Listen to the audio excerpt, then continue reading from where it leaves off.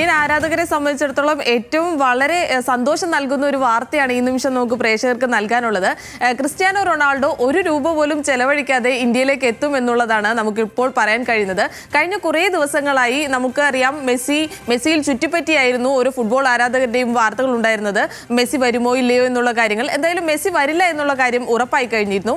അപ്പോഴാണ് AFC കപ്പിനായി ഇന്ത്യയിൽ നിന്ന് 2 ടീമുകളാണ് യോഗ്യത നേടിയിരുന്നത്.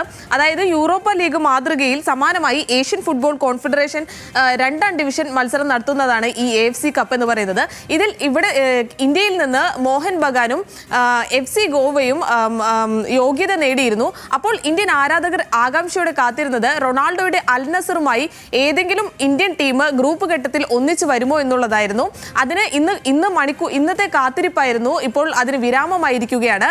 AFC കപ്പിൽ ഗ്രൂപ്പ് ഘട്ടത്തിൽ ഗ്രൂപ്പ് ഡിയിൽ ക്രിസ്ത്യാനോ റൊണാൾഡോയുടെ അൽ നസറും ഇന്ത്യൻ ടീമായ FC ഗോവയും തമ്മിൽ ഏറ്റുമുട്ടും എന്നുള്ള സുപ്രധാന വാർത്തയാണ് ഇപ്പോൾ പുറത്തു വന്നിരിക്കുന്നത്. ഇതിനർത്ഥം എന്ന് പറയുന്നത് ഒരു രൂപ പോലും ചിലവില്ലാതെ ക്രിസ്ത്യാനോ റൊണാൾഡോ ഇന്ത്യയിലേക്ക് എത്തും എന്നുള്ളതാണ്. പക്ഷേ അപ്പോഴും ഒരു ആശങ്ക നിലനിൽക്കുന്നുണ്ട്. കാരണം ക്രിസ്ത്യാനോ റൊണാൾഡോയുടെ പുതുക്കിയ ഒരു കരാർ പ്രകാരം അദ്ദേഹത്തിന് എവേ മത്സരങ്ങൾ കളിക്കണമെന്ന് നിർബന്ധമില്ല എന്നുള്ള ഒരു ക്ലോസ് അദ്ദേഹത്തിന്റെ പുതിയ കരാറിലുണ്ട്.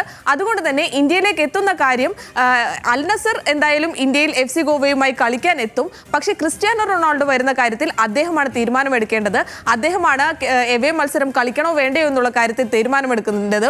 അദ്ദേഹം തീരുമാനമെടുത്താൽ എന്തായാലും ഇന്ത്യൻ ആരാധകർ അല്ലെങ്കിൽ ഫുട്ബോൾ ആരാധകർ കാത്തിരിക്കുന്ന സാക്ഷാൽ ക്രിസ്ത്യാനോ റൊണാൾഡോ ഇന്ത്യൻ മണ്ണിലേക്ക് എത്തും. സനീഷ്.